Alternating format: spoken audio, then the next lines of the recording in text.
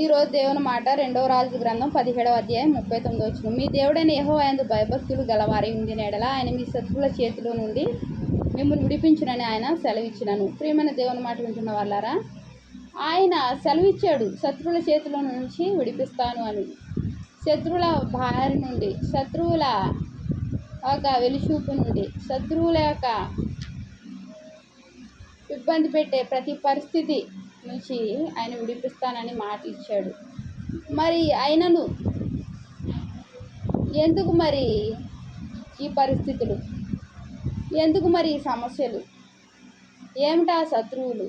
అప్పులనే శత్రువు, అనారోగ్యం అనే శత్రువు, ఆర్థిక సమస్యలనే శత్రువు, అలాగే ఇంట్లో భార్యాభర్తలకు పడకపోవడం, అలాగే తల్లిదండ్రులు బిడ్డల మాట వినకపోవడం, బిడ్డలు తల్లిదండ్రుల మాట వినకపోవడం, ఇలా రకరకాలుగా వెలిచూపు, ఇంట్లో ఉన్న వరకైనా బయటకు వెళ్ళే వరకు కూడా ఇలాగా వెలిచూపు, దూషింపబడటం, ఇవన్నీ శత్రువుల జాబితాలోకి వస్తాయి.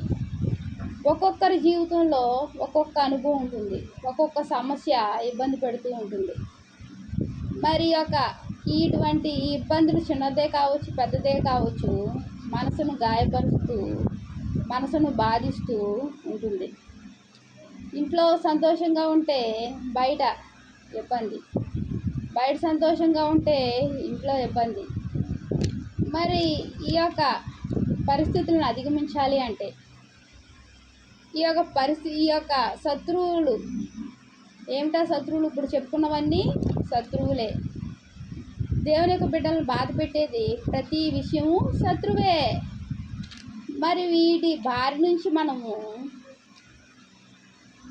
దూరంగా ఉండాలి అంటే, మన నుంచి పూర్తిగా తొలగిపోవాలి అంటే మనం ఏం చేయాలి? దేవునందు భయభక్తులు గలవారమే ఉండాలి. ఏమిటా భయం, భక్తి? దేవుని సన్నిధిలో ఆరాధించాలి. చాలామంది దేవుని సన్నిధికి వెళ్తారు, ఆరాధించలేరు. చాలామంది దేవుని సన్నిధికి వెళ్తారు, ప్రార్థించలేరు. చాలామంది దేవుని సన్నిధికి వెళ్తారు, దేవుడి మాటలు వినలేరు. చాలామంది దేవుని సన్నిధికి వెళ్తారు, ఆయన యొక్క శరీరంలో, రక్తంలో పాలు పొందలేరు. వెళ్ళడమే, కూర్చోడానికి కూర్చుంటారు. చాలామంది దేవుని సన్నిధిలో నిద్రపోతూ ఉంటారు. మరి ఈ పరిస్థితులు మరి శత్రువుల నుంచి విడిపించలేని పరిస్థితులుగా ఉన్నాయి. మరి దేవునందు భయం, భక్తి అంటే దేవుని సన్నిధిలోకి వెళ్తున్నా నేను, నువ్వు ఆరాధించాలి, ప్రార్థించాలి, ఆయన స్తుతించాలి, గణపరచాలి, ఆయన శరీర రక్తంలో పాలు పొందాలి, ఆయన దేవుని యొక్క సహవాసంలో ఉండాలి, ఆయన బోధ వినాలి. అపోస్తుల బోధ, సహవాసం, రొట్టె విరుచుట, ప్రార్థన చేయడందు అపోస్తులు ఎడతెగక ఉన్నారు. అపోస్తుల సంఘంలో చేర్చబడిన నేను, నువ్వు, మనందరము ఏం చేయాలి? ఇవి పాటించాలి. ఎప్పుడైతే దేవునందు భయం, భక్తి కలిగిన వారమై ఉంటామో ఈ సమస్యలనే శత్రువులు మన నుంచి దూరంగా తరిమి వేస్తాడు దేవుడు. ఎవరు తరిమి వేస్తారు? నేను తరమలేరు, నువ్వు తరమలేవు. దేవుడు తరిమి వేస్తాడు, నెమ్మదిస్తాడు, సంతోషాన్ని ఇస్తాడు, సమాధానాన్ని ఇస్తాడు. ఆయన సమాధానాన్ని కర్త. ఆయన బిడ్డలైన వారికి ఎప్పుడు సమాధానాన్ని ఇచ్చే దేవుడు, మేళ్లతో నింపే దేవుడు, సంతృప్తిపరిచే దేవుడు, సర్వసమృద్ధిగా పోషించే దేవుడు. మరి అటువంటి గొప్ప దేవుడు మనకు తండ్రిగా దొరికాడు. మరి నాకు తండ్రి లేడు, నాకు దేవాది దేవుడే తండ్రి. మరి అన్ని విషయాల్లో ఆయన ఎంతగానో కృప చూపుతూ నన్ను నడిపిస్తున్నాడు. ప్రియమైన సహోదరి, సహోదరులారా, మన జీవితంలో, మన యొక్క కుటుంబంలో ఏమి ఉండకూడదు? శత్రువులు ఉండకూడదు. ఎందుకంటే ఆయన నమ్ముకున్నాం కాబట్టి శత్రువులు ఉండకుండా చూసుకునే దేవుడు ఆయన.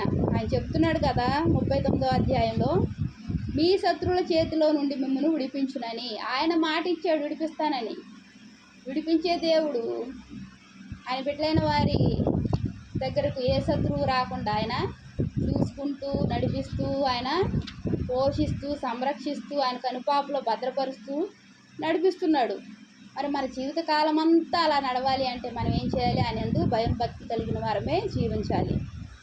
మరి ఇటువంటి గొప్ప ధన్యతను మనం పొందుకొని ఆయనలో మనం ఆయన యొక్క ప్రేమలో నిలిచిన వారమై సాగిపోదాం. దేవునికి వందనాలు, ప్రార్థన చేస్తున్నాం.